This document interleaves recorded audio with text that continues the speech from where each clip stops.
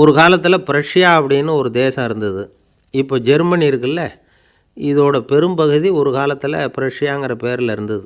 அப்போ அதுக்கு அரசராக இருந்தவர் மகா ஃப்ரெடரிக், அதாவது ஃப்ரெடரிக் தி கிரேட் அப்படின்னு சொல்லுவாங்க. அந்த ராஜாவுக்கு ஒரு சந்தேகம். நாம் பல வகையான வரிகளை விதித்து வசூல் பண்ணுறோம், அப்படி பண்ணியும் வருமானம் குறைஞ்சிக்கிட்டே போகுதே, இதுக்கு என்ன காரணமாக இருக்கும்? இதுதான் அவருக்கு ஏற்பட்ட சந்தேகம். ஒரு சமயம் அந்த அரசர் தம்முடைய அமைச்சர்களையும் பிரபுக்களையும் தளபதிகளையும் கூப்பிட்டு ஒரு விருந்து வச்சார். விருந்து முடிஞ்சதும் அவங்கள பார்த்து இந்த சந்தேகத்தை கேட்டார். வரிகள் அதிகமாக விதித்து வருமானம் குறையறதுக்கு என்ன காரணம் அப்படின்னு கேட்டார். பல பேருக்கு இதுக்கு சரியாக பதில் சொல்ல தெரியல. அனுபவசாலியான ஒரு தளபதி எழுந்திரிச்சார். அரசே, அது எப்படிங்கிறத இப்போ உங்களுக்கு காட்டுறேன்னார். உடனே ஒரு பெரிய பனிக்கட்டி ஒன்றை தன்னுடைய கையில் எடுத்தார். அதை அப்படியும் எப்படியும் திருப்பி பார்த்தார். அப்புறம் அடுத்தவர்கிட்ட கொடுத்தார். அவரும் அதை அப்படியும் இப்படியும் திருப்பி பார்த்துட்டு அடுத்தபடியாக இருந்தவர்கிட்ட கொடுத்தார். இப்படியே இதை ஒவ்வொருத்தராக பார்த்துட்டு ஒவ்வொரு கையாக மாறி கடைசியில் மன்னர் கைக்கு போய் சேர்ந்தது.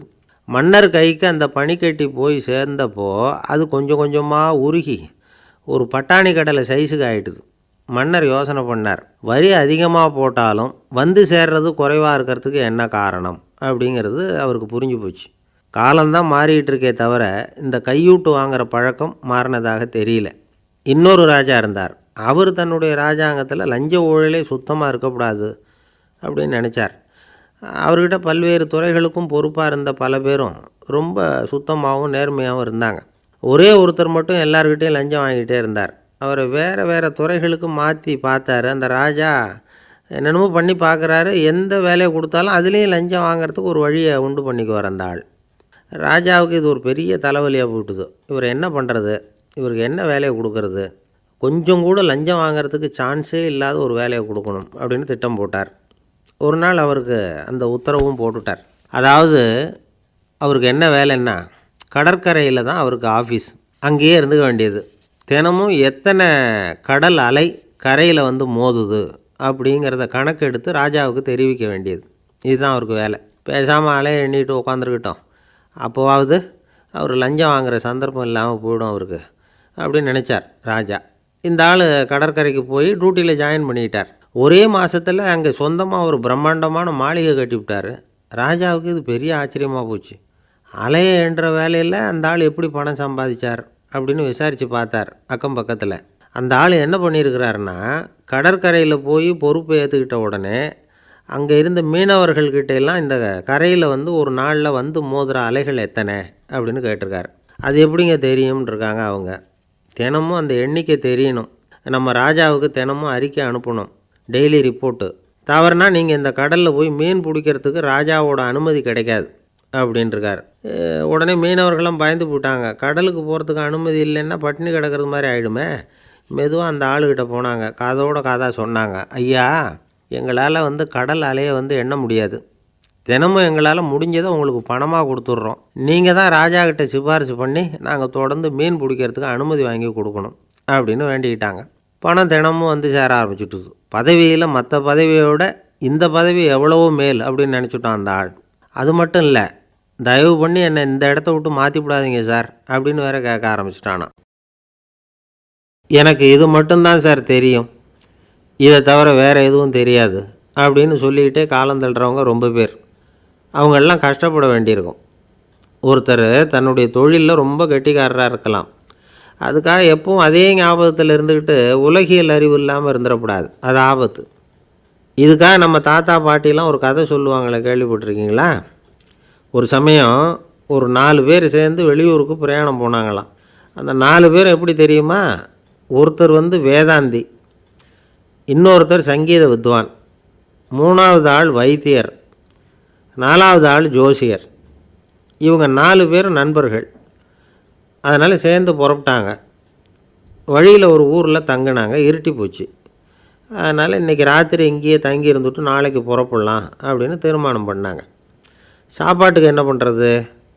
அங்கேயே கடத்தெருவுக்கு போய் சாமான்லாம் வாங்கியாந்து சமைச்சு சாப்பிட்லாம்னு முடிவு பண்ணாங்க. 4 பேர் இருக்கிறதுனால ஆளுக்கு ஒரு காரியமாக செய்யலாம் அப்படின்னு வேலையை பிரிச்சுக்கிட்டாங்க.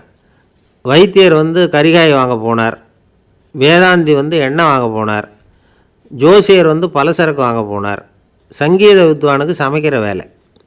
எல்லாம் சரி. ஆனால் நடந்தது என்ன தெரியுமா? கடைத்தெருவுக்கு காய்கறி வாங்க போனார்ல வைத்தியர், அங்கே போய் மார்க்கெட்டில் பார்த்தார். ஒவ்வொரு கறிகாயாக எடுத்து பார்த்தார். இது பித்தம், உடம்புக்கு ஒத்துக்காது, இது வாயு, உடம்புக்கு ஒத்துக்காது அப்படின்னு ஒவ்வொன்றா தள்ளினார். கடைசியில் ஒன்றுமே தேரல, வெறுங்கையோடு திரும்பி வந்துக்கிட்டு இருக்கிறார். எண்ணெய் வாங்க போனார் வேதாந்தி, அவர் ஒரு தொன்னையில் எண்ணெயை வாங்கினார். பேசாமல் அதை எடுத்துகிட்டு வர வேண்டியது தானே, முடியல. அவருடைய வேதாந்த மூளை சிந்திக்க ஆரம்பிச்சுட்டுது. இந்த தொன்னைக்கு எண்ணெய் ஆதாரமா அல்லது எண்ணெய்க்கு தொன்னை ஆதாரமா அப்படிங்கிற ஆராய்ச்சியில் இறங்கினார். என்னாச்சு தெரியுமா? அப்படி கவுத்து பார்த்தார். வாங்கின எண்ணெய் பூராவையும் வழியில் கொட்டிவிட்டு வெறும் தொன்னையோடு வந்து சேர்ந்தார். பலசரக்கு வாங்க போனார் ஜோசியர். அவர் ஒரு வழியில் பார்த்தாரு. வழியில் வந்தவங்களெல்லாம் அங்கங்கே ஒரு மரத்தடியில் உட்கார வச்சு அவங்களுக்கெல்லாம் ஆர்வம் சொல்ல ஆரம்பிச்சிட்டார். அப்படி ஒவ்வொருத்தராக சொல்லி முடிச்சுட்டு கடத்தருக்கு போய் சேர்ந்தார். இவர் அங்கே போய் சேர்றதுக்குள்ளே ரொம்ப நேரம் ஆகிட்டுது. கடையெல்லாம் பூட்டிவிட்டு போயிட்டாங்க.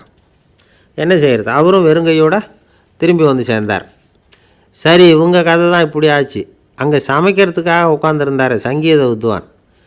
அவர் கதை என்னாச்சு தெரியுமா? அங்கே அவர் அடுப்பை பற்ற வச்சு ஒலையை கொதிக்க வச்சார். அதாவது ஒரு பானையில் தண்ணியை ஊற்றி அடுப்பில் வச்சார். அது கொதிக்க ஆரம்பிச்சிது. தண்ணி கொதிக்கிற சத்தம் இருக்குதுல்ல, அது இவருக்கு தாளம் போடுறது மாதிரி இருந்தது. ஒரே குஷி, பாட ஆரம்பிச்சிட்டார். பாடிக்கிட்டே உற்சாகமாக கையில் இருந்த கரண்டியால் அந்த பானையில் தட்டினார், தாளம் போடுறதா நினச்சிக்கிட்டு. அவ்வளவுதான், பானை பட்டுன்னு உடஞ்சி போச்சு. தலையில் கையை வச்சுக்கிட்டு அவரும் உட்காந்துட்டார். எந்த தொழில் தெரிஞ்சாலும் சரி, அதை புத்திசாலித்தனமாக பயன்படுத்த தெரியலன்னா ஆபத்து தான். அதுக்காக தான் இந்த கதை. ஒரு பஸ்ஸு டிரைவர் ரொம்ப கெட்டிக்காரர். பஸ்ஸை ரொம்ப திறமையாக ஆபத்து இல்லாமல் ஓட்டினதுக்காக பரிசுலாம் வாங்கினவர். அவரே ஒரு படகு ஓட்டுறதுக்காக அழைச்சிட்டு போயிருக்கிறாங்க, மோட்டார் படகு. அதையும் ரொம்ப திறமையாக தான் ஓட்டிகிட்டு போயிருக்கிறாரு. நடுக்கடலில் போனதும் படகு நின்று போச்சு. மோட்டாரில் ஏதோ கோளாறு. என்ன செய்யலாம் அப்படின்னு அந்த டிரைவரை கேட்டிருக்கிறாங்க படகுல இருந்தவங்கெல்லாம். அப்போ அவர் சொன்னாராம், கவலைப்படாதீங்க, ஒன்றும் பிரச்சனை இல்லை, எல்லோரும் கொஞ்சம் கீழே இறங்கி பின்னாடி தள்ளுங்க, மோட்டார் ஸ்டார்ட் ஆகிடும் அப்படின்னாராம். ஒரு ஊரில் ஒரு இளைஞன் இருந்தான். ஒரு நாள் அவன் ஒரு குருவை தேடிக்கிட்டு புறப்பட்டான். ஊரை விட்டு வெளியில் போனான். போகிற வழியில் ஒரு காடு. அந்த காட்டில் ஒரு மரத்தடியில் ஒரு பெரியவர் உட்காந்துருக்கிறார். அமைதியாக மௌனமாக அவர் அமர்ந்திருக்கிறார். இந்த பெரியவரை விசாரிக்கலாம், குருவை தேடி கண்டுபிடிக்கிறதுக்கு இவர் ஏதாவது ஒரு வழி சொல்லி கொடுப்பார் அப்படின்னு நினச்சிக்கிட்டு அவரை நெருங்கினான். ஐயா, எனக்கு ஒரு குரு தேவை, எங்கே கிடைப்பார்? அவரை எப்படி அடையாளம் கண்டுபிடிக்கிறது? அதை பற்றி ஏதாவது விவரம் சொன்னீங்கன்னா நான் கண்டுபிடிச்சிக்குவேன் அப்படின்ட்டுருக்கான். பெரியவர் நிமிர்ந்து பார்த்தார். தம்பி, அது ரொம்ப சுலபம். அவர் வயசானவராக இருப்பார், என்னை விட சுமார் 30 வயசு அதிகமாக இருக்கும். அவர் ஒரு மரத்தடியில் தான் உட்காந்துருப்பார் அப்படின்ட்டுருக்கான். சரிங்க பெரியவரே, அது என்ன மாதிரியான மரம், எப்படி இருக்கும் அப்படின்னு கேட்டிருக்கான். பெரியவர் அந்த விவரங்களையும் சொல்லியிருக்கிறாரு. அது மட்டும் இல்லை, சந்திக்கிற நாள், நேரம், வினாடி முதற்கொண்டு எல்லா விவரங்களையும் துல்லியமாக சொன்னாராம். இவ்வளவு விவரங்களை இவரால் எப்படி சொல்ல முடியுது அப்படின்னு இவனுக்கு ஆச்சரியம்.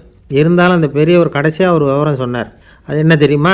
எப்படியும் நீ அவரை சந்திக்கிறதுக்கு ஒரு 30 வருஷம் ஆகும் அப்படின்னு சொல்லிவிட்டாராம். ரொம்ப நன்றிங்க பெரியவரே அப்படின்னு சொல்லிவிட்டு அந்த இளைஞன் புறப்பட்டுருக்கான். இப்போ அவனுக்கு குரு பற்றின விவரம் எல்லாம் கிடச்சிட்டுது, சந்திக்கிற நேரமும் தெரிஞ்சுட்டுது.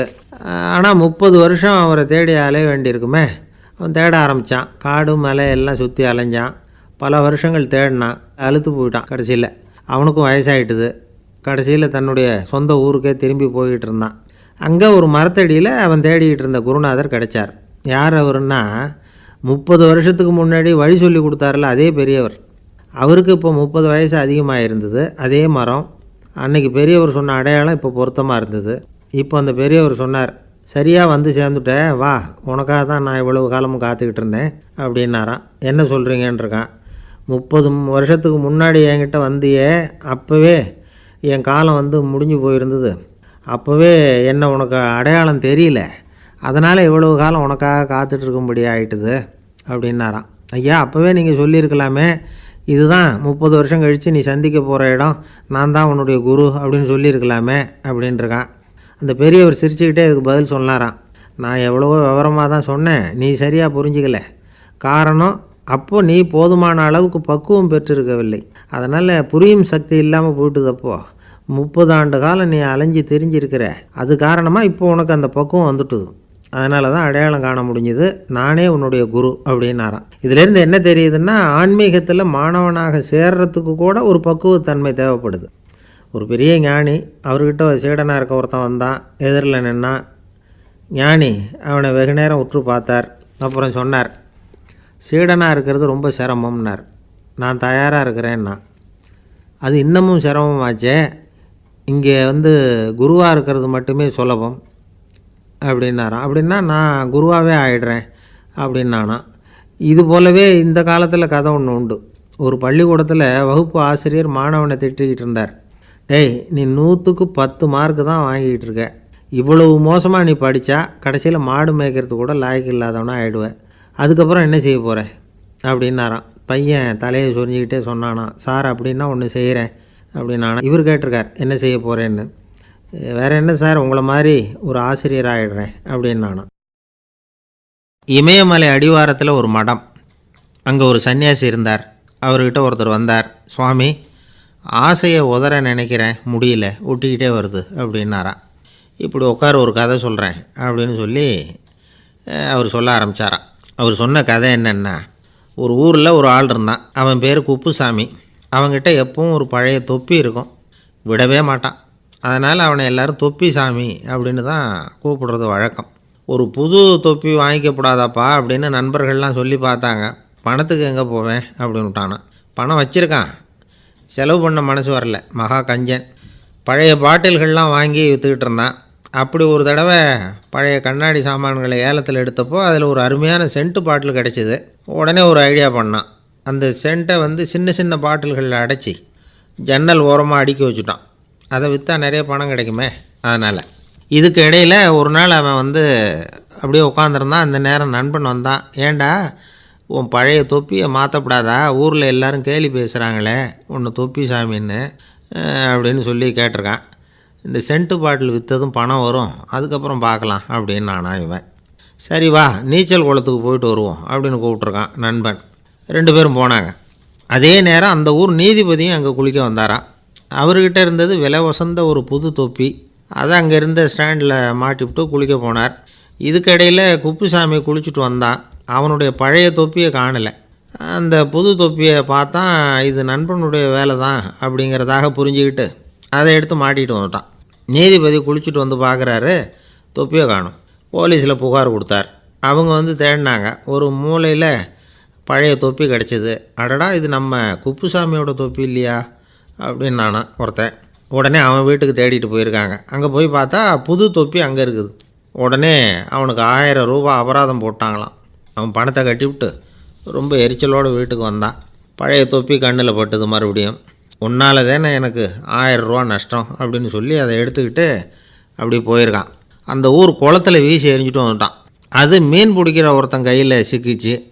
அவன் வர்ற வழியில் அதை எடுத்து வேகமாக வீசி எறிஞ்சான். அது நேராக குப்புசாமி வீட்டு ஜன்னல் வழியாக உள்ளே இந்த சென்ட்டு பாட்டில்கள் மேலே விழுந்து எல்லாம் உடஞ்சி நொறுங்கி போச்சு. குப்புசாமி பார்த்தான். தோட்டத்தில் ஆழமாக ஒரு குழியை வெட்டினான்.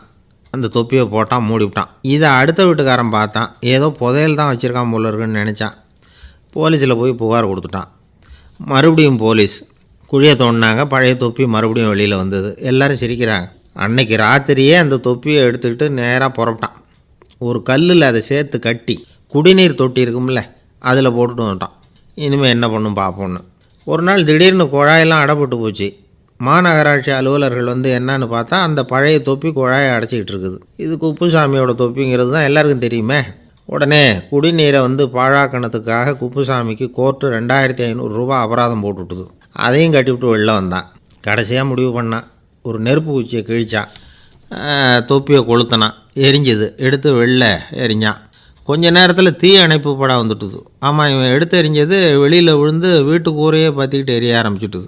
அவனோட பணத்தாசையும் அதோடு சேர்ந்து எரிஞ்சு போச்சான். இப்படி ஒரு கதை. இந்த கதையை சொல்லி முடித்தார் அந்த இமயமலை அடிவாரத்தில் இருந்த சன்னியாசி.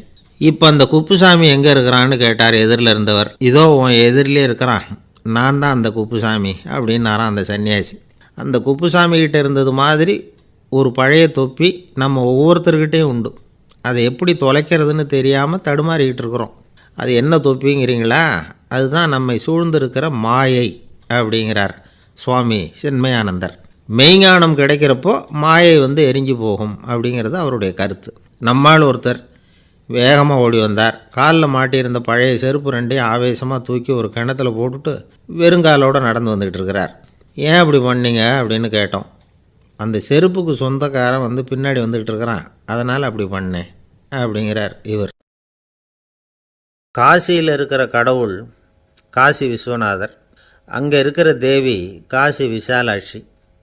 இவங்க 2 பேரும் ஒரு நாள் பேசிக்கிட்டு இருந்தப்போ கடவுள் சொன்னார், இந்த மனிதர்களை நாம் ரொம்பவும் நம்பிக்கையோடு தான் படைச்சிருக்கிறோம், இருந்தாலும் அவங்களுக்கு தான் நம்பிக்கை இல்லை, எதுலேயும் ஒரு உண்மையான நம்பிக்கை இல்லாமல் வாழ்ந்துக்கிட்டு இருக்கிறாங்க அப்படின்னார்.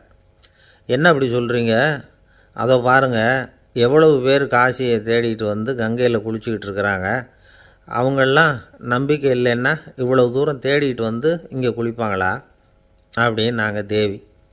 சரி, அதை சோதித்து பார்க்கலாம் அப்படின்னு 2 பேரும் முடிவு பண்ணிக்கிட்டாங்க. உடனே ஒரு திட்டம் போட்டாங்க. அது எப்படின்னா, நாம் 2 பேருமே பக்தர்கள் மாதிரி உருவத்தை மாற்றிக்கிட்டு கங்கை கரைக்கு போக வேண்டியது. நான் வந்து கங்கையில் இறங்கி குளிக்கிறேன், கொஞ்ச நேரத்தில் சுழலில் மாட்டிக்கிட்டது மாதிரி நடிக்கிறேன். நீ உடனே கரையிலிருந்து சத்தம் போடும், என்னோடய வீட்டுக்காரரை யாராவது காப்பாற்றுங்களேன்னு சத்தம் போடும். அதோடு இன்னொன்று சொல்லு, யாராவது ஒரு புண்ணிய ஆத்மா அவர்கிட்ட போய் அவருடைய முடியை பிடிச்சி இழுக்கணும், அப்படி ஒரு சாபம் இருக்குது எங்களுக்கு. புண்ணிய ஆத்மா, அதாவது எந்த பாவமும் செய்யாத இல்லாத ஒருத்தர் தான் அவரை காப்பாற்ற முடியும். அப்படிப்பட்டவங்க யாராவது வெள்ளத்தில் குதித்து என்னுடைய கணவரை காப்பாற்றுங்கோ அப்படின்னு நீ சத்தம் போடு, கூச்சல் போடு, என்ன நடக்குதுன்னு பார்க்கலாம் அப்படின்னார் கடவுள். சரின்னு சொல்லி 2 பேருமா சாதாரண பக்தர்கள் மாதிரி கங்கை கரைக்கு வந்து சேர்ந்தாங்க. அவர் இறங்கி குளித்தார். திட்டம் போட்டது மாதிரியே சுழலில் மாட்டிக்கிட்டது மாதிரி கத்துனார். கரையில் இருந்த அந்த அம்மா, ஐயோ என் கணவரை காப்பாற்றுங்களேன், யாராவது காப்பாற்றுங்களேன்னு கத்துனாங்க. பல பேர் ஓடி வந்தாங்க. உடனே இவங்க, பாவம் இல்லாத புண்ணிய ஆத்மா ஒருத்தரால் தான் என்னுடைய கணவர் காப்பாற்றப்படணுங்கிறது விதி, அப்படி ஒரு சாபம் இருக்குது, அதனால் புண்ணிய ஆத்மா யாராவது அவர்கிட்ட போய் அவர் முடியை பிடிச்சி தூக்குனா அவரை காப்பாற்றி போடலாம் அப்படின்னாங்க. இவங்க இப்படி சொன்னதும் எல்லோரும் திகைச்சு போய் நின்றுட்டாங்க. ஒவ்வொருத்தருக்கும் அவங்க செஞ்ச பாவம்லாம் ஒவ்வொன்றா ஞாபகத்துக்கு வர ஆரம்பிச்சுட்டுது. சரி, இதுக்கு நாம லாயக்கு இல்லை அப்படின்னு சொல்லி ஒதுங்கி போக ஆரம்பிச்சிட்டாங்க எல்லாம். இந்த சமயத்தில் யாரோ ஒருத்தர் வேகமாக ஓடி வந்தார், ஆற்றுல குதித்தார். அவர்கிட்ட போனார், முடியை பிடிச்சார், தூக்கினார், அவரை காப்பாற்றி கரைக்கு கொண்டுட்டு வந்துட்டார். அப்படி காப்பாற்றின அந்த ஆளை இவங்க 2 பேரும் தனியாக கூப்பிட்டுக்கிட்டு ஒரு மண்டபத்துக்கு வந்துட்டாங்க. வந்து விசாரிக்கிறாங்க.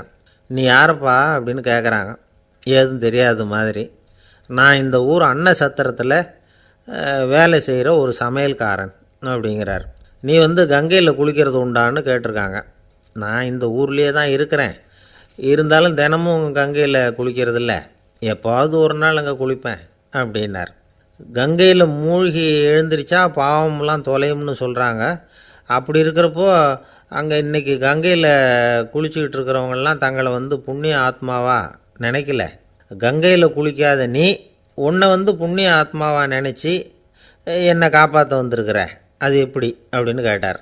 அதுக்கு அந்த ஆள் சொல்கிறான், கங்கையில் குதித்ததுக்கு அப்புறம் தானே உங்களை காப்பாற்ற போகிறோம், அப்படி குதிக்கும் பொழுது என்னுடைய பாவம்லாம் போயிருக்கும்ல, நான் புண்ணிய ஆத்மாவாக ஆயிருப்பேனே, அதனால தான் துணிஞ்சு வந்து உங்களை காப்பாற்றினேன் அப்படின்னா. கடவுளும் தேவியும் அவனுக்கு வந்து காட்சி கொடுத்தாங்களாம். இப்படி ஒரு கதை உண்டு. அதாவது கங்கையில் குளிச்சுக்கிட்டு இருக்கிறவங்களுக்கே தங்களுடைய பாவம் போகுங்கிற நம்பிக்கை பரிபூர்ணமாக இல்லை, குளிக்காத ஒருத்தனுக்கு அந்த நம்பிக்கை இருந்தது. அதனால் அவனால் கடவுளை பார்க்க முடிஞ்சது. கடவுளை வந்து நாமளும் பார்க்க முடியுமா முடியாதா அப்படிங்கிற குழப்பம்லாம் நமக்கு வேண்டியதில்லை. நம்பிக்கையோடு வாழணுங்கிற உண்மையை மட்டும் இந்த கதையிலேருந்து புரிஞ்சுக்கிட்டால் போதும். ஏன்னா இந்த கதையை கேட்டுட்டு ஒரு நண்பன் குதர்க்கமாக ஒரு கேள்வி கேட்டான். ஏன் சார், கங்கையில் குளித்தா பாவம் போயிடும்னு சொல்கிறீங்களே, நான் எனக்கு வேண்டாத ஒருத்தனை அழைச்சிட்டு போய் கங்கையிலேயே தள்ளி விட்டுட்டு அதுக்கப்புறம் அங்கேயே முழுக்க போட்டுட்டு நான் செஞ்ச பாவத்தை வந்து அதுலேயே கழுவி விட்டுட்டு மறுபடியும் உங்ககிட்ட வந்துடுறேன்னு வச்சுக்கோங்க, நீங்கள் என்னை வந்து புண்ணிய ஆத்மான்னு ஏற்றுக்குவீங்களா அப்படிங்கிறான். ஆள் கொஞ்சம் ஆசைந்தான், நம்மளே அங்கே அழைச்சிட்டு போனாலும் போயிடுவான். வாழ்க்கையில் சில சந்தர்ப்பங்களில் நாம் வந்து சில அவமானங்களை சந்தித்தே தீர வேண்டியிருக்கு. என்ன பண்ணுறது, காலம் அப்படி. அவமானப்படுறவங்க உடனே அடங்கி போய்டுறது தான் உலக வழக்கம். அவமானப்பட்டால் உடனே சீறி எழறவங்களும் உண்டு. ஆனால் அதையே ஒரு சவாலாக எடுத்துக்கிட்டு முன்னுக்கு வர்றவங்களும் சில பேர் இருக்கிறாங்க. அவங்க ரொம்ப அபூர்வம். இன்றைக்கி மனோதத்துவ நிபுணர்கள்லாம் என்ன சொல்கிறாங்க தெரியுமா? அவமானப்பட்டுட்டா உடனே அடங்கி போயிடக்கூடாதான். அதையே ஒரு சவாலாக எடுத்துக்கிட்டு மனசில் ஒரு வைராக்கியத்தோடு முயற்சி பண்ணினா வாழ்க்கையில் எல்லாரும் முன்னேறலாமா. அவமானங்கிறத நாம் வைராக்கியமாக மாற்றிக்கணும். அதுதான் வெற்றிக்கு வழி. ராமர் இந்த பூமியில் பிறந்ததே ஒரு வைராக்கியத்தினால தான் சார் அப்படின்னார் ஒருத்தர். எப்படிங்க அது அப்படின்னு கேட்டேன். அவர் சொன்னார், தசரதருக்கு ராமர் குழந்தையாக பிறக்கணும், அப்போ தான் இங்கே இருக்கிற கஷ்டங்கள்லாம் நீங்கும் அப்படின்னு சர்வ லோகமும் எதிர்பார்த்துக்கிட்டு இருக்குது. ஆனால் அவர் எப்போ பிறப்பார் அப்படின்னு யாருக்கும் தெரியல. அந்த காரியம் சீக்கிரம் நடக்கணுமே, அதுக்கு என்ன பண்ணுறது? நாரதர் வந்தார் ஒரு நாள் தசரதரை தேடி. தசரதா, உனக்கு ஒரு செய்தி தெரியுமான்னு ஆரம்பித்தார். அவர் எப்பவும் இப்படித்தானே ஆரம்பிக்கிறது வழக்கம். என்ன விஷயம்னு கேட்டார் தசரதர். தசரதா, நீ அடிக்கடி உன்னோட தேரில் ஏறிக்கிட்டு தேவலோகத்துக்கு போகிற, அங்கே போகிற வர்ற எல்லாம் பண்ணிகிட்ருக்க, எல்லாம் சரி. தேவலோகத்துலேயும் உன்னை நல்லபடியாக தான் வரவேற்கிறாங்க. தேவேந்திரன் உன்னை பிரியமாக அழைச்சிட்டு போய் தன்னுடைய அரியாசனத்திலேயே தனக்கு பக்கத்திலேயே உட்கார வைக்கிறான். நீயும் சந்தோஷமாக உட்காந்து பேசிவிட்டு வந்துடுற. ஆனால் நீ இங்கே வந்ததுக்கு அப்புறம் அங்கே என்ன நடக்குது தெரியுமா உனக்கு அப்படின்னாரான் நாரதர். என்ன நடக்குது எனக்கு ஒன்றும் தெரியலையே அப்படின்னாரான் தசரதர். நாரதர்கிட்ட கிட்டத்தில் கேட்டிருக்கார், கொஞ்சம் சொல்லுங்கள் என்னது அப்படின்னு. அவர் நெருங்கி வந்தாராம் நாரதரும். மெதுவாக அவர் காதோட காதாக சொன்னாராம். அதாவது நம்ம பாஷையில் சொல்லப்போனால் பற்ற வைக்கிறார். நீ அங்கே தேவேந்திரங்கிட்ட உட்காந்து பேசிவிட்டு வந்த பிறகு நீ அங்கே உட்காந்துருந்த அரியாசனத்தை தண்ணி ஊற்றி கழுவி சுத்தப்படுத்துகிறாங்க. நீ என்ன அந்த அளவுக்கு சுத்தம் இல்லாத ஆளா? தினம் குளிக்காமையாக இருக்கிற அப்படின்னாராம். தசரதருக்கு இது ரொம்ப அவமானமாக போயிட்டுது. அப்படியே செய்கிறாங்க அப்படின்னாராம். ஆமாம், நீ வேணும்னா நான் சொல்கிறது உண்மையாக இல்லையா அப்படின்னு சோதனை பண்ணி பார்த்துக்கோ அப்படின்னாரான் நாரதர். உடனே தசரதர் இதுக்காகவே புறப்பட்டு தேவலோகம் போனார். அங்கே வழக்கம் போலவே இவரை கூப்பிட்டு உட்கார வச்சு பேசிக்கிட்டு இருந்தான் தேவேந்திரன். கொஞ்ச நேரம் பேசிக்கிட்டு இருந்துட்டு சரி நான் கிளம்புறேன்னு புறப்பட்டார். சரி, அவனும் வாசல் வரைக்கும் வழி அனுப்பி வச்சுட்டு உள்ளே போயிட்டான். தசரதர் வெளியில் கொஞ்சம் நேரம் மறைஞ்சி இருந்துட்டு மெதுவாக உள்ளே எட்டி பார்த்தார் என்ன நடக்குதுன்னு. நாரதர் சொன்னது உண்மைதான். தசரதர் உட்காந்துருந்த ஆசனத்தை அங்கே 2 தேவர்கள் கழுவி சுத்தப்படுத்திக்கிட்டு இருக்கிறாங்க. தசரதரால் இதை தாங்கிக்க முடியல. அவருக்கு ரொம்ப அவமானமாக போச்சு. நேராக கிடுகிடுன்னு தேவேந்திரங்கிட்டே போனார். நான் உட்காந்துருந்த இருக்கையே சுத்தம் பண்ணுறியே, நான் என்ன அந்த அளவுக்கு பாவியா அப்படின்னு கேட்டார். ரொம்ப கோபமாக கேட்டார். தசரதரே, மனுஷனுக்கு 3 கடன்கள் உண்டு. தேவ கடன், ரிஷி கடன், பித்ரு கடன். இதை தீர்க்காதவன் பாவியாகிறான். இதில் மகனை பெறுவதால் தான் பித்ரு கடன் தீரும். உனக்கு மகன் கிடையாது, அதனால் நீ பாவியாகிற. பாவி உட்காந்துருந்த இடம்ங்கிறதுனால அதை சுத்தம் செய்ய வேண்டியது எங்கள் கடமை அப்படின்னு நானும் தேவேந்திரன். இந்த இடத்துல தசரதருக்கு ஏற்பட்ட அவமானம் ஒரு வைராக்கியமாக மாறிச்சு. தேவேந்திரனே கேட்டுக்கோ, ஒரு மகனை பெற்ற பிறகு தான் இந்த சபையில் மறுபடியும் அடி எடுத்து வைப்பேன் அப்படின்னு சொல்லிவிட்டு போயிட்டாராம். போய் புத்திர காமேஷ்டி யாகம் பண்ணார். புத்திரர்கள் பிறந்தார்கள். இந்த கதையில் உள்ள கருத்து என்னென்னா, தேவேந்திரன் தசரதரை அப்படி அவமானப்படுத்தலைன்னா அவருக்கு இப்படி ஒரு வைராக்கியம் பிறந்திருக்குமா? யோசித்து பார்க்கணும். நமக்கு ஏற்படுகிற சில அவமானங்களையும் வைராக்கியமாக மாற்றிக்குவோம். அப்படி மாற்றிக்கிட்டோம்னா வாழ்க்கையில் முன்னேறலாம். நம்ம ஆளுங்க சில பேர் அவமானத்தை வைராக்கியமாக மாற்றிக்கிறது எப்படி தெரியுமா? நம்மக்கிட்ட ஒரு பையன் சொன்னான், எங்கள் அப்பா என்னை எல்லாருக்கும் முன்னாடி வச்சு திட்டிவிட்டார், பொறுப்பு இல்லாமல் ஊர் சுற்றுறேன்னு சொல்லி அவமானப்படுத்தி விட்டார். இனிமேல் நீ என் முகத்திலேயே முழிக்காதரா போடான்னு வேறு சொல்லிவிட்டார். எனக்கு ரோஷம் வந்துட்டுது. அந்த அவமானத்தை வைராக்கியமாக மாற்றிக்கிட்டேன். அன்னையிலேருந்து அவர் முகத்திலேயே முழிக்கிறது இல்லை அப்படின்னா. அப்படியான்னு கேட்டோம். ஆமாங்க, அவர் வீட்டில் இல்லாத நேரமாக பார்த்து உள்ளே சமையல் கட்டுக்கு போய் சாப்பிட்டுட்டு நைஸாக வெளியில் வந்துடுவேன் அப்படிங்கிறான் அவன். ஜவஹர்லால் நேரு பிரதமராக இருந்த சமயம் அவர் ஒரு தடவை சென்னைக்கு வந்திருக்கிறார். இங்கே சில முக்கிய நிகழ்ச்சிகளில் கலந்துக்கிறதுக்காக வந்திருந்தார். ஆளுநர் மாளிகையில் ஒரு நாள் ராத்திரி தங்கி மறுநாள் புதுடெல்லி புறப்படுறதாக ஏற்பாடு. நிகழ்ச்சியிலெல்லாம் முடிச்சுக்கிட்டு ஆளுநர் மாளிகையில் தங்கியிருக்கிறார். அன்றைக்கு இரவு படிக்கிறதுக்கு ஒரு முக்கியமான புத்தகம் அவருக்கு தேவைப்பட்டது. அந்த சமயத்தில் உலக அளவில் ஒரு முக்கியமான பொருளாதாரம் சம்பந்தமான ஒரு புத்தகம் வெளியாகி இருக்கிற விஷயம் அவருக்கு தெரியும். அந்த புத்தகம் மெட்ராஸுக்கு வந்திருக்குமா, அது இங்கே கிடைக்குமா அப்படின்னு விசாரிச்சிருக்கிறார் நேருஜி. அவர் இப்படி கேட்ட உடனே அங்கே இருந்தவங்கெல்லாம் ரொம்ப பரபரப்பாக செயல்பட ஆரம்பிச்சுட்டாங்க. முக்கியமான இடங்கள்ல எல்லாம் விசாரிச்சிருக்கிறாங்க அந்த புத்தகம் உங்கள்கிட்ட இருக்கான்னு. சென்னையில் உள்ள கன்னிமாரா நூல் நிலையத்துக்கு எப்படியும் அந்த புத்தகம் வந்திருக்கணும் அப்படின்னு ஒரு நம்பிக்கை. அங்கே விசாரித்தாங்க. அந்த புத்தகம் 2 நாளைக்கு முன்னாடி தான் அங்கே வந்திருக்குது அப்படிங்கிற விஷயம் தெரிஞ்சுது. உடனே எல்லோரும் அங்கே ஓடினாங்க.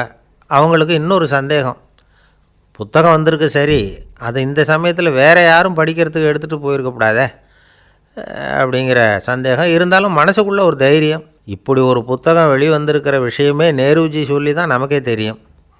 அதுவும் இல்லாமல் உலக பொருளாதாரம் சம்பந்தமான ஏதோ ஒரு புத்தகம் அது. அதை போய் இந்த நேரத்தில் அவ்வளவு ஆர்வமாக யார் எடுத்துகிட்டு போயிட போகிறாங்க அப்படிங்கிற தைரியம். இந்த தைரியத்தோடு அந்த நூல் நிலையத்துக்கு ஓடினாங்க. புத்தகத்தை தேடினா அது கிடைக்கல, யாரோ எடுத்துகிட்டு போயிருக்கிறாங்க.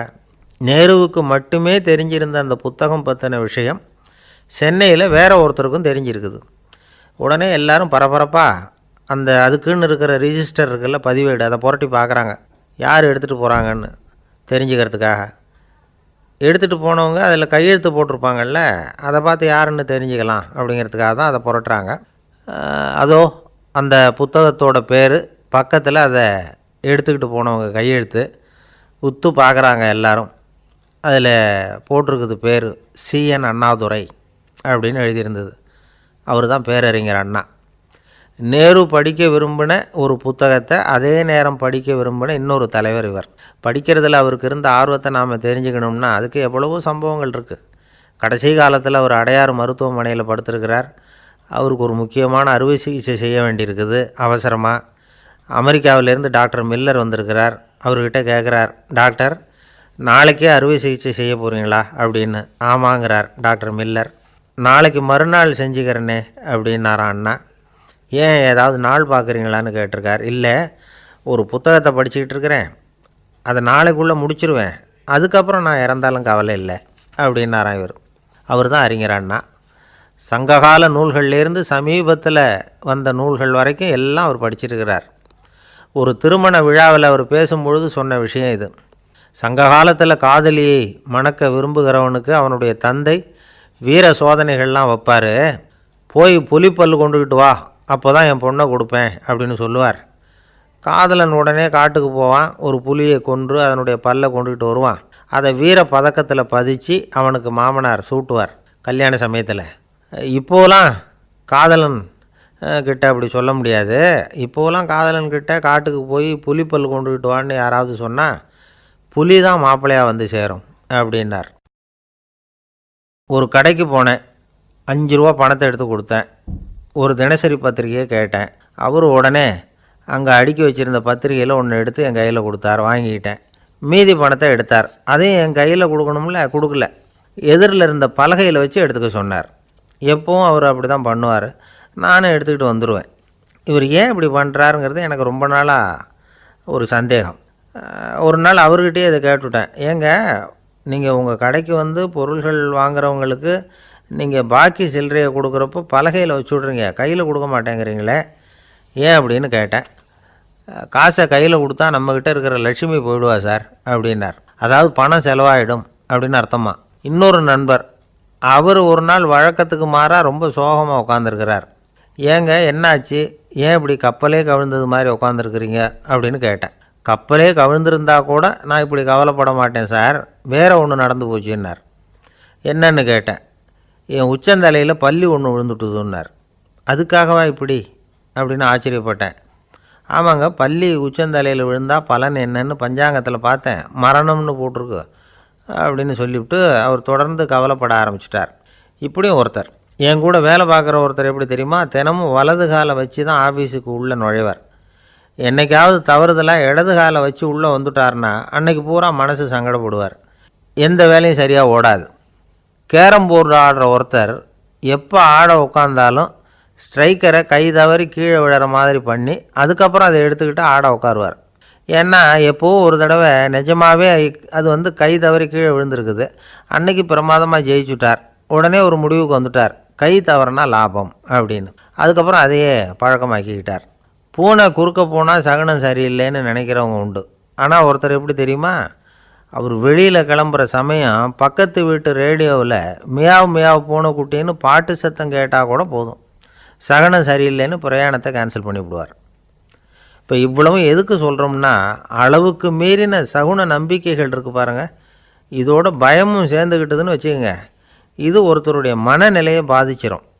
இது உளவியல் நிபுணர்கள் சொல்கிற கருத்து. வாழ்க்கையே தடுமாற வச்சிரும். பாதுகாப்பு இல்லாத உணர்வு, ஒரு விதமான டிப்ரெஷன் மனநிலை, இதெல்லாம் தான் இதுக்கு காரணமாக அமையலாம். சில பேர் காய்கறி நறுக்க கத்தியை கையில் எடுத்தால் கூட நேரம் சரியாக இருக்கா அப்படின்னு பார்த்துட்டு தான் வேலையை ஆரம்பிக்கிறது வழக்கம். அறிவு தான் மனசுக்கு வாத்தியாராக இருக்கணும், அப்போ தான் வாழ்க்கை நிம்மதியாக இருக்கும். அறிவு மனசு சொல்கிறபடியெல்லாம் கேட்க ஆரம்பிச்சுட்டுதுன்னா இடைஞ்சல் தான். ஒருத்தருக்கு 7ஆம் நம்பர் தான் ராசியான நம்பரான், 7ஆம் தேதி தான் எந்த காரியத்தையும் ஆரம்பிப்பாராம். 7 எழுத்து வர்றது மாதிரி பேரை மாற்றி வச்சுக்கிட்டார். 7 மணிக்கு தான் தினமும் எழுந்திருப்பார். 7ஆம் நம்பர் வீட்டில் தான் குடியிருக்கார். கல்யாணம் கூட 7ஆம் தேதி தான் பண்ணிக்கிட்டார். அவர் ஒரு நாள் குதிரை பந்தயத்துக்கு போனாராம். குதிரையோட பேரையெல்லாம் பார்த்தார். ஒரு குதிரையோட பேர் 7 எழுத்தில் அமைஞ்சிருந்தது. 7 தானே இவருக்கு அதிர்ஷ்ட நம்பர். அதனால் உடனே அது பேரில் பணத்தை கட்டினார். பந்தயம் நடந்தது. என்ன சார் ஆச்சுன்னு கேட்டாங்க. நான் பணம் கட்டின அந்த என்னோட குதிரை 7ஆவதாக சேர்ந்தது சார் அப்படின்னாராம் சோகமாக. ஒரு விவசாயி விதைக்கிறதுக்காக வயல்வெளி பக்கம் போகிறார். விதைகளை அள்ளி வீசினார். அப்போ என்ன ஆச்சுன்னா, சில விதைகள் பாதை ஓரத்தில் விழுந்தது, சில விதைகள் முள் செடிகள் மண்டி இருந்த புதருக்கு இடையில் விழுந்தது, சில விதைகள் நல்ல நிலத்தில் விழுந்தது. பாதை ஓரத்தில் விழுந்த விதை என்ன ஆச்சுன்னா, அதெல்லாம் பறவைகள் கண்ணில் போட்டுவிட்டுது. உடனே உட்காந்து கொத்தி தின்னுட்டு போட்டுது. அதிகமாக மண் இல்லாத பாறை பகுதியில் விழுந்த விதையெல்லாம் லேசாக வேர் விட்டு முளைக்க ஆரம்பிச்சிது. அதுக்கப்புறம் வேர் கீழேயும் ஆழமாக போக முடியல, மேலேயும் சூரிய வெப்பம் அதிகம் தாங்க முடியல, எல்லாம் காஞ்சி கருகி போட்டுது. புதர் பகுதியில் சில விதைகள் விழுந்தது இல்லையா, முள் செடிகள் காடாக மண்டி போயிருந்தது. அதனால் முளைச்சி வர்ற செடிக்கு நெருக்கடி அதிகமாக போட்டுது, சரியாக வளர முடியல, விளைச்சலும் சரியாக இல்லை. நல்ல நிலத்தில் விழுந்த விதைகள் மட்டும் நல்லா முளைச்சிது, நல்லா வளர்ந்தது, விளைச்சலும் பிரமாதமாக இருந்தது. இந்த கதையை சொல்லிவிட்டு கேட்க செவியுள்ளோர் கேட்கட்டும் அப்படிங்கிறார் இயேசு பெருமான். ஆமாம், இயேசு கடலில் நின்ற படகு ஒன்றில் உட்காந்துருக்கிறார். கடற்கரையில் ஏராளமான மக்கள் உட்காந்துருக்கிறாங்க. அந்த சமயத்தில் தான் இயேசு ஓமைகள் மூலமாக மக்களுக்கு பல உண்மைகளை சொல்லிகிட்டு இருக்கிறார். மக்கள் அந்த கதையை கேட்டுட்டு ஒன்றும் புரியாமல் முழிக்கிறாங்க. அதை கவனித்த இயேசு அந்த ஓமையை விளக்க ஆரம்பித்தார். இதில் அந்த விதைக்கிறவர் தான் இறைவன். அவருடைய வார்த்தைகளை விதைக்கிறார். அந்த வார்த்தைகளை கேட்கிற மக்கள் அந்த விழுந்த விதைகள் மாதிரி 4 வகையானவர்கள். சில பேர் பாதை ஓரத்தில் விழுந்த விதைகள் மாதிரி இறைவன் வார்த்தைகளை அவங்க கேட்குறாங்க. ஆனால் தீய எண்ணங்கள் செய்கைகள் மூலமாக விதைக்கப்பட்ட வார்த்தைகள் அழிஞ்சு போடுது. இறைவன் வார்த்தைகளை கேட்ட உடனே மகிழ்ந்து போய் உடனே சில பேர் அதை ஏற்றுக்கிறாங்க. இவங்கெல்லாம் அந்த பாறை பகுதியில் விழுந்த விதைகள் மாதிரி. அதனால் இவங்கெல்லாம் வேறு இல்லாதவங்க, கொஞ்ச காலத்துக்கு இறை வார்த்தைகளுக்கு கீழ்ப்படிந்து நடப்பாங்க. அதனால் ஏதாவது இடைஞ்சல் ஏற்பட்டால் உடனே தடுமாறுவாங்க. தங்கள்கிட்ட இருக்கிற நல்ல பண்புகளை விட்டுட்டு பாவ வழிகளுக்கு போயிடுவாங்க. முள் செடிகளுக்கு இடையில் விழுந்த விதைகள் மாதிரி உள்ளவங்க யாருன்னா, இவங்களுக்கு உலக கவலை உண்டு, செல்வத்தின் மீது மயக்கம் உடையவர்கள். உலக ஆசைகள் இவங்களுக்குள்ளே பூந்துடுறதுனால அங்கே இருக்கிற நல்ல பண்புகள் மறைஞ்சு போயிடுது. அதனால் அவங்களும் உபயோகம் இல்லாதவங்களாக ஆயிடுறாங்க. நல்ல மனிதர்கள் நல்ல நிலத்தில் விழுந்த விதைகளுக்கு ஒப்பானவர்கள். இவங்க இறை வார்த்தையை கேட்குறாங்க, அதை ஏற்றுக்கிறாங்க, அவங்களும் நல்லபடியாக வாழுறாங்க, அடுத்தவங்களுக்கும் உபயோகமாக இருப்பாங்க. இதுதான் இயேசு சொன்ன விளக்கம். நல்ல வார்த்தைகளை கேளுங்கள், நல்ல வார்த்தைகளை ஏற்றுக்கொள்ளுங்கள், அடுத்தவங்களுக்கு உபயோகமாக இருங்க. இதுதான் பெரியவங்கள்லாம் நமக்கு சொல்லுகிற உபதேசம். ஒரு அப்பா தன்னுடைய மகனுக்கு உபதேசம் பண்ணார். இதை பாருப்பா, நல்ல வார்த்தைகளை கேட்கணும், எப்போதுமே மகன் அப்பா பேச்சை கேட்குறது நல்லது அப்படின்னாராம். நீ ஏதாவது ஒரு தப்பு பண்ணால் என் தலையில் ஒரு முடி நரைச்சி வெள்ளையாக போடும்பா, நீ செய்கிற ஒவ்வொரு தப்புக்கும் என் தலையில் ஒவ்வொரு முடி வெள்ளையாயிடும் அப்படின்னாராம். பையன் யோசித்தான், அப்பா இப்போ தான் எனக்கு புரியுது, தாத்தாவோட தலைமுடி பூராவும் வெள்ளையாக இருக்கிறதுக்கு என்ன காரணங்கிறது எனக்கு இப்போ தான் புரியுது அப்படின்னு நானா. ஒரு ஊரில் ஒரு ராஜா இருந்தார். அவர் ஒரு பூனை வளர்த்தார். ரொம்ப செல்லமாக அவர் அந்த பூனையை வளர்த்தார். அவர் என்ன பண்ணுவார் தெரியுமா? இரவு நேரத்தில் அந்த பூனையோட தலையில் ஒரு விளக்கை வச்சுருவார். அந்த பூனை ரொம்ப ஜாக்கிரதையாக அந்த விளக்கு கீழே விழுந்துடாமல் பார்த்துக்கும். தலையை ஆட்டாமல் ரொம்ப நிதானமாக ராஜா பின்னாடி நடந்து போய்கிட்டே இருக்கும். அந்த விளக்கு வெளிச்சத்தில் எல்லா வேலைகளையும் செஞ்சுருவார். கையில் ஒரு விளக்கை தனியாக எடுத்துகிட்டு போக வேண்டிய அவசியமே இல்லை. விளக்கை தூக்கிட்டு போகிற வேலையை அந்த பூனை பார்த்துக்கும். அதனால் ராஜாவுக்கு அந்த பூனை மேலே ரொம்ப பிரியம். மந்திரிகளையெல்லாம் கூப்பிட்டு அவங்கக்கிட்ட சொல்லுவார், பார்த்தீங்களா இந்த பூனை எவ்வளவு விசுவாசமாக நடக்குது, என் பேரில் எவ்வளவு மரியாதை பார்த்தீங்களா அதுக்கு அப்படிம்பார். இதை கேட்டுவிட்டு அங்கேருந்து அமைச்சர்களில் ஒருத்தர் சொன்னார், மன்னா நீங்கள் சொல்கிறது சரிதான், இருந்தாலும் இந்த பூனையோட விசுவாசத்தை நாம் கொஞ்சம் சோதித்து பார்க்க வேண்டியிருக்கு அப்படின்னாராம். சரி, உங்கள் ஆசையை ஏன் கெடுக்கணும், நல்லா சோதித்து பாருங்கள் அப்படின்னு சொல்லிவிட்டார் ராஜா. உடனே அந்த அமைச்சர் என்ன பண்ணார் தெரியுமா? எங்கேயோ புறப்பட்டு போனார். ஒரு 5-6 எலிகளை பிடிச்சிக்கிட்டு வந்தார். அரண்மனையில் ராஜா ஏதோ வேலை பார்த்துக்கிட்டு இருக்கிறாரு. பக்கத்தில் அந்த பூனை ரொம்ப பணிவாக நின்றுக்கிட்டு இருக்குது. அது தலையில் விளக்கு எரிஞ்சிக்கிட்டு இருக்கு. அமைச்சர் தான் பிடிச்சிக்கிட்டு வந்த எலிகளை அந்த பூனை பார்வையில் படுறது மாதிரி எதிரில் விட்டார். அந்த எலிகள்லாம் அங்கேயும் இங்கேயும் ஓட ஆரம்பிச்சிது. அதை பார்த்தது பூனை, அவ்வளவுதான். தலையில் இருக்கிற விளக்கை பற்றியும் கவலைப்படலை, ராஜாவை பற்றியும் கவலைப்படலை. ஒரே பாய்ச்சலாக பாஞ்சு எலிகளை துரத்த ஆரம்பிச்சுட்டுது. தலையில் இருந்த விளக்கு எங்கேயோ போய் விழுந்தது, அணைஞ்சு போச்சு. இருட்டில் ராஜா தடுமாற ஆரம்பிச்சுட்டார்.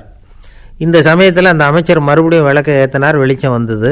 அதுக்கப்புறம் அந்த அமைச்சர் பேசினார், அரசே, பூனையோட விசுவாசத்தை பார்த்தீங்களா? எலி அது கண்ணில் படுற வரைக்கும் தான் விசுவாசமாக இருந்தது. அது மாதிரி எலியை பார்த்ததும் எல்லாத்தையும் விட்டுட்டு அதை துரத்த ஆரம்பிச்சுட்டு பார்த்தீங்களா? தான் அந்த பூனையை பற்றி நினச்சது தப்புங்கிறது அதுக்கப்புறம் தான் அந்த ராஜாவுக்கு புரிஞ்சுதான். சரி, இப்போ எதுக்கு இந்த கதையெல்லாம் அப்படிங்கிறீங்களா? இந்த பூனை மாதிரி தான் நம்ம மனசும். மனசை எவ்வளவு தான் பயிற்சி கொடுத்து பக்குவமாக வச்சுருந்தாலும் பார்க்குறதுக்கு பரமசாது மாதிரி தான் இருக்கும். பார்க்க வேண்டியதை பார்த்துட்டுதுன்னா பாஞ்சிரும். இந்த பூனை மாதிரி புலன் இன்ப பொருள்கள் கிட்டாத வரைக்கும் மனம் அடங்கி இருக்கிறது மாதிரி தான் தெரியும். கொஞ்சம் வாய்ப்பு கிடைச்சாலும் அது குதிக்க ஆரம்பிச்சிரும், தப்பு பண்ண ஆரம்பிச்சிரும். பெரிய பெரிய முனிவர்கள் வாழ்க்கையில் நடந்த வீழ்ச்சி இதை தான் நிரூபிக்குது. புலன்களின் ஆற்றல் அதிகம். அதனால் மனக்கட்டுப்பாடு பயிற்சிகளில் ரொம்ப எச்சரிக்கையாக இருக்கணுங்கிறார் சுவாமி சிவானந்தர். மது பழக்கத்தையே விட்டுவிட்டேன்னு உறுதியாக இருப்பான். கடை கண்ணில் பட்டுவிட்டுதுன்னா காலை அவனை கேட்காமலே இழுத்துக்கிட்டு உள்ளே போயிடும். இதுதான் மனசுங்கிறது. அதுதான் அந்த ராஜா வளர்த்த பூனை. நம்மால் ஒருத்தன் அந்த ராஜா பூனை தலையில் விளக்க வச்சது மாதிரி இவன் தன்னுடைய தலையிலேயே ஒரு விளக்கை ஏற்றி வச்சுக்கிட்டு என்னத்தையோ தேட ஆரம்பித்தான். தேடிக்கிட்டு இருக்கிறான். தலையை ஆட்டாமல் நிதானமாக நடந்து ரொம்ப நேரமாக தேடிட்டு இருக்கிறான். அந்த சமயம் அங்கே வந்த ஒருத்தர், என்னத்தை தேடுறீங்கன்னு கேட்டார். அதுதான் மறந்து போச்சு அப்படின்னு இழுத்தான். சரி, கொஞ்சம் இப்படி உட்காருங்க, ஞாபகம் வந்ததும் தேட ஆரம்பிக்கலாம் அப்படின்னார் அவர். இவன் கொஞ்ச நேரம் உட்காந்து யோசித்தான். அப்புறம் திடீர்னு எழுந்திரிச்சான். ஞாபகம் வந்துட்டுதுன்னா. என்னன்னு கேட்டார். எங்கள் வீட்டில் இருந்த விளக்கை எங்கே வச்சேன்னு தெரியல, அதை தான் தேடிக்கிட்டு இருக்கிறேன், ஏற்றி வைக்கலாம்னு பார்க்குறேன் அப்படின்னா. ஒரு ராஜா இருந்தார். நாடு பூராவும் நிறைய மரங்களை நட்டு வளர்க்கணுங்கிறது அவரோட ஆசை. தானே அதுக்கு முன்மாதிரியாக இருக்கணும்னு நினச்சார். அரண்மனையை சுற்றி மரங்களை நட்டு வளர்த்தார். இதை பார்த்துட்டு ஜனங்களும் அவங்கவுங்க வீட்டை சுற்றி மரக்கன்றுகளை நட்டு வளர்த்தாங்க. கொஞ்ச காலத்தில் ஊர் பூரா பசுமையாக மாறிச்சு. எல்லாருக்கும் சந்தோஷமாக இருந்தது. இது ஒரு பக்கம் இருக்கட்டும். இப்போ நான் சொல்ல போகிற கதை வேறு. அதாவது அந்த ராஜா ஒரு நாள் தன்னுடைய அரண்மனையை சுற்றி இருக்கிற விதவிதமான மரங்களை எல்லாம் போய் பார்த்தார். எப்படி இருக்கிறீங்க அப்படின்னு ஒவ்வொரு மரத்துக்கிட்டையும் விசாரித்தாராம். எந்த மரமும் சந்தோஷமாக இருக்கிறதா தெரியல. அதுக்கும் மனசில் ஒரு குறை. முதல்ல ஆலமரத்துக்கிட்ட போனார். அது சொல்லிச்சு, மண்ணா, நான் நல்லா பெருசாக வளர்ந்துருக்கிறேன், அடர்த்தியாக இருக்கிறேன், கிளையெல்லாம் 4 பக்கமும் நல்லா படர்ந்து தான் இருக்குது, இருந்தாலும் எந்த பிரயோஜனமும் இருக்கிறதா தெரியல எனக்கு. என்னுடைய பழம்லாம் ரொம்ப சின்னதாக இருக்குது, என் கண்ணுக்கு சரியாக புலப்பட மாட்டேங்குது. நான் இருக்கிற சைஸுக்கு என்னுடைய கிளையில் இருக்கிற பழம்லாம் எவ்வளவு பெருசாக இருக்கணும், அது இத்தினூண்டு இருக்கிறது எனக்கு பெரிய அவமானமாக இருக்குது. இப்படி இங்கே நின்றுக்கிட்டு இருக்கிறதே ரொம்ப கூச்சமாக இருக்குது. ஒரு நல்ல புயல் வந்ததுன்னா பேசாமல் சாஞ்சு விடலாமான்னு பார்க்குறேன் அப்படின்னு புலம்புது ஆலமரம். சரி இருக்கட்டும்னு நினச்சிக்கிட்டு ராஜா அடுத்தபடியாக ஒரு அத்தி மரத்துக்கிட்ட போனார். அதுவும் புலம்ப ஆரம்பிச்சுட்டுது. நான் கூட பெரிய மரம்தான், இல்லை இலையெல்லாம் அழகாக தான் இருக்குது, பழம் அழகாக இருக்குது, இருந்தாலும் உள்ள விஷயம் இல்லையே. அத்தி பழத்தை புட்டு பார்த்தா அத்தனையும் சொத்தை அப்படின்னு பழமொழியே உண்டாயிட்டுதே. இப்படி ஒரு கெட்ட பேரோடு நான் இருக்கணுமா அப்படின்னு புலம்புது அது. சரி, இது இருக்கட்டும் அப்படின்னு சொல்லி அடுத்தபடியாக வேப்ப மரத்துக்கிட்ட போனார். அது தன்னுடைய வேதனையை வெளியிட்டது. எனக்கு எவ்வளவோ மருத்துவ குணங்கள்லாம் இருக்கிறதா சொல்லிக்கிறாங்க, இருந்தாலும் என்ன பிரயோஜனம்? என்னுடைய பழத்தை மனிதர்கள் யாரும் விரும்பி சாப்பிட்றது இல்லையே அப்படின்னுது. ராஜா அடுத்தாப்புல இருந்த ஒரு பனை மரத்துக்கிட்ட போனார். நான் நல்லா உயரமாக தான் வளர்ந்துருக்கிறேன், மற்ற மரங்கள்லாம் என்னை அண்ணாந்து தான் பார்க்கணும், இருந்தாலும் என்கிட்ட நிழலுக்காக யாரும் ஒதுங்கிறது இல்லையே அப்படின்னுது. என்ன இது, எல்லா மரமும் இப்படி திருப்தி இல்லாமல் இருந்துக்கிட்டு இருக்குதே அப்படின்னு நினச்சிக்கிட்டே ராஜா அடுத்தபடியாக அங்கே இருந்த ஒரு பைன் மரத்துக்கிட்ட போனார். அழகாக உயரமாக பசுமையாக தான் இருந்தது, ஆனால் பழமோ பூவோ கிடையாது. அதை நினச்சி அது வருத்தப்பட்டுக்கிட்டு இருக்குது. ஓக் மரம் அது ஒன்று நின்றுட்டு இருந்தது. அது என்ன சொல்லிச்சுன்னா, இலையுதிர் காலத்தில் என் மேலே இருக்கிற எல்லா இலைகளும் உதிர்ந்து போடுது, முடி கொட்டின மனிதர்கள் மாதிரி மொட்டையாக நான் நிற்க வேண்டியிருக்குது, என்ன வாழ்க்கை இது அப்படின்னு சொல்லி அழுத்துக்கிட்டது. சரி, புளிய மரம் என்ன சொல்லுது பார்ப்போம்னு அதுக்கிட்ட போனால், என்னுடைய நிழலில் யாருமே தங்க மாட்டாங்க, உடம்புக்கு சூடுன்னு ஒதுங்கி போயிடுவாங்க, அடிமரத்தை பார்த்திங்கன்னா பட்டையெல்லாம் உறிஞ்சி பார்க்குறதுக்கே கேவலமாக இருப்பேன் அப்படின்னுது அது. முருங்கை மரம் என்ன சொல்லிச்சு தெரியுமா, என்னுடைய இலை காயெல்லாம் சாப்பிட்றவங்களுக்கு சத்து கொடுக்கறது வாசவந்தான், ஆனால் என் உடம்புல சத்தே கிடையாது, கொஞ்சம் வேகமாக காற்று அடிச்சதுன்னா முறிஞ்சி விழுந்துடுறேன், என்ன வாழ்க்கை இது அப்படின்னு சொல்லி அது வருத்தப்பட்டது. ராஜா யோசனை பண்ணார். என்ன இது, மரங்கள் பூமியின் வரங்கள்னு சொல்கிறோம், மழை பெய்யறதுக்கு அதுதான் காரணம், பூமி செழிப்பாக இருக்கிறதுக்கும் அதுதான் காரணம், வீடு கட்டுறதுக்கு மரம், நாற்காலி செய்ய உபயோகப்படுத்துறதுக்கும் அதுதான் உபயோகப்படுது, மனுஷனுக்கு வேண்டிய ஆகாரங்களையும் கொடுக்குது, இப்படிலாம் இருந்தும் எல்லா மரமும் நிம்மதி இல்லாமல் இருந்துக்கிட்டு இருக்குதே அப்படின்னு நினச்சார். அப்போது அங்கே இருந்த ஒரு மகிழ மரம் அவர் கண்ணில் பட்டுது. அந்த மரம் மட்டும் கொஞ்சம் நிம்மதியாக மகிழ்ச்சியாக இருக்கிறது மாதிரி தெரிஞ்சுது. உடனே ராஜா அதுக்கிட்ட போனார். உனக்கு மனசில் எதுவும் குறை இல்லையான்னு கேட்டார். இல்லை, நான் சந்தோஷமாக தான் இருக்கேன்னு அந்த மகிழ மரம். அப்படியான்னு ஆச்சரியமாக கேட்டார் ராஜா. ஆமாம் மன்னா, இந்த இடத்துல நீங்கள் ஒரு முருங்கை மரத்தையோ வேப்ப மரத்தையோ கூட நட்டிருக்கலாம், ஆனால் இந்த இடத்துல நடுறதுக்கு என்ன தேர்ந்தெடுத்துருக்குறீங்க, அதுவே எனக்கு பெருமை, அதுவே எனக்கு திருப்தி அப்படின்னு தான் மகிழ மரம். மகிழ மரம் சாதாரணமாக தான் இருக்கும், இளம் மஞ்சள் நிறத்தில் பூக்கள், அது காய்ந்தும் மனம் வீசும். மகிழ மரம் மாதிரி மன திருப்தியோடு வாழறதுக்கு நாம் கற்றுக்கணுமா. நாம் இந்த உலகத்தில் ஒரு நாயாவோ நரியாவோ கூட பிறந்திருக்கலாம், மனுஷனாக பிறந்திருக்கிறோம், அதுவே பெருமை தானே. இந்த நிறைவு தான் மகிழ்ச்சியின் ரகசியம். ஒரு பையன் அப்பா கிட்ட போய், அப்பா நீங்கள் இந்த உலகத்தில் ஒரு மனுஷனாக பிறந்தது என்னோட அதிர்ஷ்டம் நானா. ஏண்டா அப்படி சொல்கிறேன்னு இருக்கார் அப்பா. நீங்கள் ஒரு கரடியாக பிறந்திருந்தா இந்நேரம் நானும் ஒரு கரடி குட்டியாக தானே இருந்திருப்பேன் அப்படின்னு நானா பையன். இந்த உலகத்தில் நாம் நல்லபடியாக இருக்கணும்னா அதுக்கு முக்கியமாக தேவைப்படுறது ரெண்டு. ஒன்று செல்வம், இன்னொன்று அறிவு. சரி, இது ரெண்டில் சிறந்தது எது அப்படின்னு ஒரு கேள்வி கேட்டால் என்ன பதில் சொல்கிறது? இதே கேள்வியை ஹஸ்ரத் அலி அவர்கள்கிட்ட கேட்டாங்களாம். அவர் ஒரு பெரிய அறிஞர். கேள்வி கேட்டவங்களும் சாதாரண ஆட்கள் இல்லை, இவங்களும் அறிஞர்கள். ஒரு நாள் ஹஸ்ரத் அலி அவர்கள்கிட்ட 10 அறிஞர்கள் வந்தாங்களாம். ஐயா, நாங்கள் 10 பேரும் உங்ககிட்ட ஒரே கேள்வியை தான் கேட்க வந்திருக்கிறோம், ஆனால் எங்கள் 10 பேருக்கும் நீங்கள் தனித்தனியாக பதில் சொல்ல முடியுமா அப்படின்னு கேட்டிருக்காங்க. அதாவது அவங்க ஒரே கேள்விக்கு இவர்கிட்ட இருந்து 10 விதமான பதில் எதிர்பார்க்குறாங்க. சரி கேளுங்க, என்ன கேள்வி அப்படின்னார் அவர். அப்போ தான் அவங்க கேட்டாங்களாம், செல்வம் அறிவு இது ரெண்டில் சிறந்தது எது, இதுதான் கேள்வி. ஹஸ்ரத் அலி என்ன பண்ணார் தெரியுமா, அவங்கள ஒவ்வொருத்தராக கூப்பிட்டார், ஒவ்வொரு விதமான பதிலை சொல்லி அனுப்புனார். முதல்ல ஒருத்தரை கூப்பிட்டார், சொன்னார், அறிவுங்கிறது தீர்க்கதரிசிகள், ஞானிகள், மகான்கள் இவங்களோட பரம்பரை சொத்து, ஆனால் செல்வங்கிறது கொடுங்கோலரின் ஆயுதம், அதனால் அறிவு தான் சிறந்தது அப்படின்னார். ரெண்டாவது ஆளை கூப்பிட்டார், உங்ககிட்ட செல்வம் இருந்தால் நீங்கள் தான் அதை காப்பாற்றணும், ஆனால் அறிவு உங்களை எப்பவும் காப்பாற்றும், ஆகவே அறிவு தான் சிறந்தது அப்படின்னார். மூணாவது ஆளை கூப்பிட்டார், செல்வந்தனுக்கு எப்போதும் விரோதிகள் அதிகம், ஆனால் அறிஞனுக்கு நண்பர்கள் அதிகம், அதனால் அறிவு தான் சிறந்ததுன்னார். அடுத்தவரை கூப்பிட்டார், செல்வம் அடுத்தவங்களுக்கு கொடுக்க கொடுக்க குறையும், ஆனால் கல்விங்கிறது அதிகரிச்சுக்கிட்டே வரும், கொடுக்கறதுனால குறையாது, அதனால் அறிவு தான் சிறந்ததுன்னார். இன்னொருத்தரை கூப்பிட்டார், அறிவு உள்ளவன் எப்பவும் அதை அடுத்தவங்களுக்கு வாரி வழங்கிக்கிட்டே இருப்பான், அதனால் அவங்ககிட்ட தாராளத்தன்மை இருக்கும், ஆனால் செல்வந்தன்கிட்ட கஞ்சத்தனம் தான் இருக்கும், அதனால் அறிவு தான் சிறந்ததுன்னார். 6வது நபரை கூப்பிட்டார். செல்வத்தை கள்வர்கள் திருடிட்டு போக முடியும், ஆனால் அறிவை அப்படி திருடிட்டு போக முடியாது அப்படின்னார். 7வது நபரை கூப்பிட்டார். செல்வம் கால ஓட்டத்தில் அழிஞ்சிரும், ஆனால் அறிவை கால ஓட்டம் ஒன்றும் பண்ண முடியாது, ஆகவே அறிவே சிறந்ததுன்னார். 8வது ஆளை கூப்பிட்டு சொன்னார், செல்வத்துக்கு எப்பவும் எல்லை உண்டு, நிறை உண்டு, அளவு உண்டு, கணக்கு உண்டு, ஆனால் அறிவுக்கு அப்படிப்பட்ட எல்லை எதுவும் கிடையாது, அதனால் அதுதான் சிறந்ததுன்னார். அடுத்தவனை கூப்பிட்டார்.